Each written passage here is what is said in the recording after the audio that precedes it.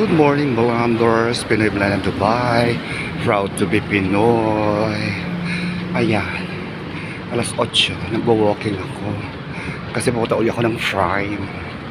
Para sa akin namang sugar, uric acid, tapos sa aking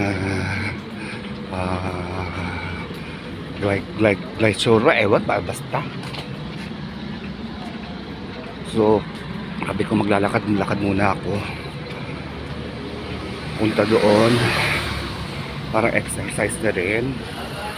But thank God, okay ang ECG ko kahapon. Wala akong sakit sa puso. Yun nga lang, kasi tanga si doktor bakit masyadong mabilis ng palpitation ng heart ko ng isang araw. Pero okay naman daw, normal. Walang problema. Thank you, Lord. Ngayon, babalik akong Prime para sa ibang check-up naman. And then tomorrow, kailangan kumuha ng fit to work para sa Webes makapasok na ako sa trabaho. Nakakabor din sa bahay, Blanders.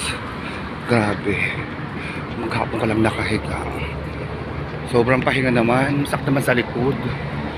Yung sobrang pahinga. Diba? Kaya kailangan maglakad-lakad ako. Kasi may pag-uwi ko, higa na naman ako eh.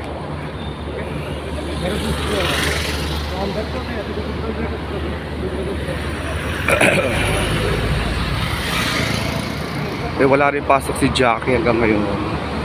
Nakabukas may pasok ngayon. Si JB wala, sa Lunes pa. Oh, diba? Ito siya. Ay, ako. Lunes, Martes, Merkules.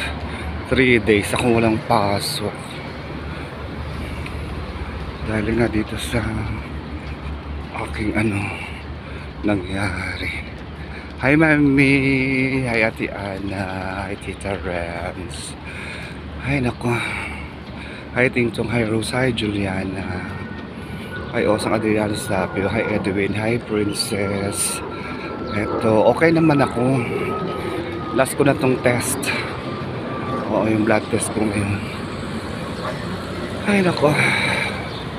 Ayan. Nilakad ko na lang. Kaya sabi ko, kaysa mag-taxi ako. Malapit lang naman eh. Ayan na oh. 9 o'clock na naman ang 9 o'clock na naman ang ko ngayon. Schedule ko. Dala ko na yung yung aking